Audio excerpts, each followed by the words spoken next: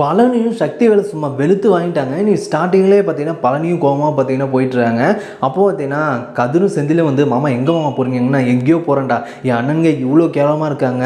நாளைக்கு ஏதாச்சும் ஒரு பிரச்சனைனா என்னை கொல்ல கூட தயங்க மாட்டான்ல." அப்படிலாம் சொல்றாங்க. "உங்கள நாங்க கொல்ல விட்டுருமா? நாங்க இருக்கோம் மாமா. நீங்க எதையும் நினச்சு கவலைப்படாதீங்க. விடுங்க மாமா. இன்னைக்கு நாளே நீங்க இப்படி கோவமா போனீங்கன்னா, அதுக்கப்புறம் அத்தை தானே தப்பா நினைப்பாங்க. விடுங்க மாமா. இன்னைக்கு தானே உங்களுக்கு கல்யாணம் ஆயிருக்கு." அப்படிலாம் சொல்றாங்க. "நான் என்ன தானே பண்றது? இவங்கள்ட்ட மாட்டிட்டு முழிக்கிறேன்டா.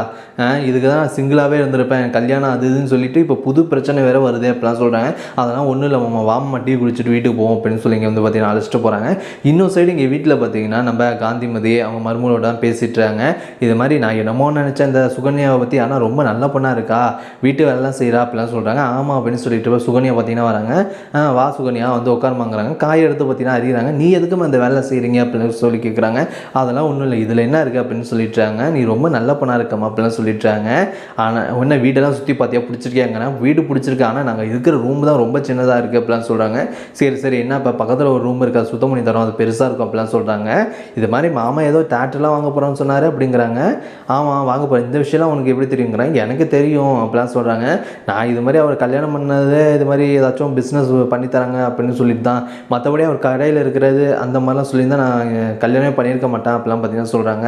இது மாதிரி பிஸ்னஸ் தொடங்கி தரதா சொன்னாங்கள்ல, அது மாதிரி சக்திவேல் முத்துவேல் மாமா பணத்துலேருந்து தருவாங்களா, இல்லை அந்த வீட்டு பணத்துலேருந்து தருவாங்களா அப்படிலாம் சொல்லி பார்த்தீங்கன்னா இட உடமாக கேட்டுட்டாங்க. அதெல்லாம் பார்த்து எல்லாருக்கும் அதிர்ச்சியாக இருக்குது. "இல்லைம்மா அதெல்லாம் என்னன்னு தெரியல, அதெல்லாம் மாமாட்ட கிட்ட தான் தெரியும்" அப்படிலாம் சொல்கிறாங்க. இதெல்லாம் தெரிஞ்சு வச்சுக்கிங்க, பண விஷயத்தில் எல்லாம் காரராக இருக்கணும் அப்படிங்கிற மாதிரி பார்த்தீங்கன்னா இவங்க பேசிட்டுருக்காங்க. என்ன வந்தன்னைக்கு இப்படிலாம் பேச ஆரம்பிச்சிட்டால அப்படிங்கிற மாதிரி தான் காந்திமதியோட மைண்ட் வாய்ஸும் இருக்குது. அதுக்கப்புறம் சரி வரேன் அப்படின்னு சொல்லிட்டு ரூமுக்கு போகிறாங்க. என்ன இவளை ரொம்ப வெகுளியான பொண்ணு நினச்சா, வர வர வாய் ரொம்ப இதாக இருக்குது, என்னென்னமா கேட்குறாங்கிறாங்க. ஆமாம் அதான் எனக்கு ஒன்றும் புரியல அப்படிலாம் சொல்லிட்டாங்க. அப்போ பார்த்தீங்கன்னா பழனிவேல் கோவமாக வராங்க. "என்னடா ஆச்சு?" அப்படின்னு சொல்கிறாங்க. "ஒன்றும் இல்லைம்மா, எங்கே சுகன்யா?" அப்படின்னு சொல்லி கேட்குறேன். "ரூமில் தாண்டா இருக்கா" அப்படின்னு சொல்லிட்டு ரூமில் கோவமாக போயிட்டு பார்த்தீங்கன்னா பெட்டி படுக்கையெல்லாம் எடுத்து வைக்கிறாங்க. எல்லா துணிமணியும் எடுத்துகிட்டு வைக்கிறாங்க. சுகன்யா என்னாச்சுங்கிறாங்க. "சுகன்யா வா" அப்படின்னு சொல்லி பார்த்தீங்கன்னா வெளில அழைச்சிட்டு வராங்க. அப்போ பார்த்தீங்கன்னா முத்துவேல் சக்திவேல் எல்லாம் வராங்க. "டேய் எங்கடா போகிறேங்கிறாங்க." "ஏன் எங்கே போகிறேன்னு தெரியாதா?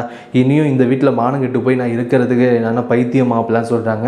அப்போ பார்த்தீங்கன்னா காந்திமதியும், "டேய் என்னடா என்னென்னமோ பேசிகிட்டு இருக்க, என்னடா ஆச்சு பழனி?" அப்படிங்கிறாங்க.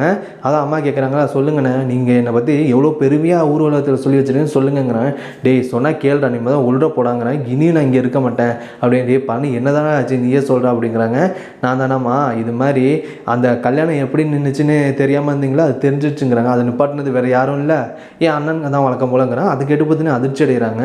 "என்னடா சொல்கிற, டே நீங்கள் தானடா" அப்படிங்கிறான். "அம்மா அது வந்து சொல்லுமா, நம்ம குடும்பத்தோட நல்லதுக்காக தான் நிப்பாட்டினேன்" அப்படிலாம் சொல்கிறேன். "எலே இதில் என்னடா நல்லது இருக்குது, அதாவது பழனியோட கல்யாணம் நல்லபடியாக நடந்து முடிஞ்சிருக்கும், நீங்கள் ஏன்டா இந்த மாதிரி ஒரு பிரச்சனையை உண்டாக்குனீங்க" அப்படிலாம் சொல்லி கேட்டுட்டேன். "வேறு ஒன்றும் இல்லைம்மா, என்னை அசிங்கப்படுத்த வேணாம், அதுக்காக தான்மா, ஒரு கேவலமான விஷயத்த சொல்லி தான்மா அந்த கல்யாணத்தை நிப்பாட்டியிருக்காங்கன்னு." "டேய் அப்படி என்ன தாண்டா அந்த விஷயம் சொன்னீங்க, அது எப்படிமா நான் என் வாயால் சொல்லுவேன், இனி இந்த வீட்டில் நான் இருக்க மாட்டேம்மா" அப்படிலாம் சொல்கிறாங்க. "டேய் பழனி ஏதோ தெரியாமல் நடந்துச்சு விட்றாங்கிற, தெரியாமல் நடந்துச்சா, இவ்வளோ கேவலமாக என்னை 4 பேர் வெளில போனால் கேவலமாக பேசுகிற மாதிரிலாம் ஒரு விஷயத்த பண்ணியிருக்கீங்க, இனி இந்த வீட்டில் துப்பு கட்டு போய் இருக்கிறதுக்கு நான் இல்லாமலே இருப்பேன், நான் முதல்ல வரேம்மா" அப்படின்னு சொல்லிட்டு பார்த்தீங்கன்னா சொல்கிறாங்க. "எங்கே தாண்டா போகிறாங்கிறாங்க." "நான் என் மச்சான் வீட்டுக்கே போகிறாங்க." "டேய் இதெல்லாம் தப்புடா, சொல்கிறத கேள்றாங்கிறாங்க." "நான் யார் சொல்லியும் கேட்க மாட்டேன், முதல்ல விடுங்கிறாங்க." காந்திமதி எல்லாம் எவ்வளோ சொல்கிறாங்க. நான் பார்த்தீங்கன்னா பழனி கேட்காம ரொம்பவுமே கோவமாக பார்த்தீங்கன்னா, "வா சுகன்யா" அப்படின்னு சொல்லி அவங்க கையை பிடிச்சி அழைச்சிட்டு ஏத்தாப்புல போயிட்டுருக்காங்க. கரெக்டாக பார்த்தீங்கன்னா நம்ம பாண்டியனும் செந்திலும் பைக்கில் வராங்க. பழனி சுகன்யாவை அழைச்சிட்டு வர பார்த்துட்டு, "என்ன ஏதாச்சும் பிரச்சனையா?" அப்படின்னு சொல்லிட்டு அங்கேருந்து வந்து, "டேய் என்னடா ஆச்சு?" அப்படின்னு சொல்லி கேட்குறாங்க. மச்சான் ஒரு முக்கியமான விஷயம் மச்சான், வீட்டில் உள்ள எல்லாரையும் கூப்பிடுங்க" அப்படின்னு சொல்லிட்டுறாங்க. அப்போ பார்த்தீங்கன்னா எல்லாரையும் பார்த்தீங்கன்னா கூப்பிட்றாங்க. அங்கே பார்த்தீங்கன்னா கோமதி எல்லாருமே வராங்க. "என்னடாச்சு, ஏன் திடீர்னுட்டு சுகன்யாவை அழைச்சிட்டு வந்திருக்கேன், என்ன ஏதாச்சும் பிரச்சனையாங்கிறாங்க." "மச்சான் உங்கள் எல்லோரும் முன்னாலுமே வச்சு கேட்குறேன், இனி நான் அந்த வீட்டில் இருக்க மாட்டேன், நான் உங்கள் கூடயே தான் நான் இருக்க போகிறேன், நானும் சுகன்யாவும் இந்த வீட்டில் தான் இருக்க போகிறோம்" அப்படின்னு சொல்கிறாங்க. அது கேட்டு பார்த்தீங்கன்னா பாண்டியனும் அதிர்ச்சியாக பார்த்தீங்கன்னா பார்க்குறாங்க. கோமதிக்கும் ரொம்பவுமே சந்தோஷமாக இருக்குது. நம்ம சக்திவேல் முத்துவேல் வழக்கம்போது பார்த்தீங்கன்னா முறைச்சிட்டு அப்படியே நிற்கிறாங்க. இதோடு இந்த எபிசோட் முடியுது. இதுக்கப்புறம் நாளைக்கு என்னெல்லாம் பிரச்சனை வருது என்னது வெயிட் பண்ணி பார்ப்போம். இந்த எபிசோட் பற்றி என்ன நினைக்கிறீங்க, என்னென்னு கமெண்ட் பண்ணுங்கள், லைக்கும் பண்ணுங்கள்.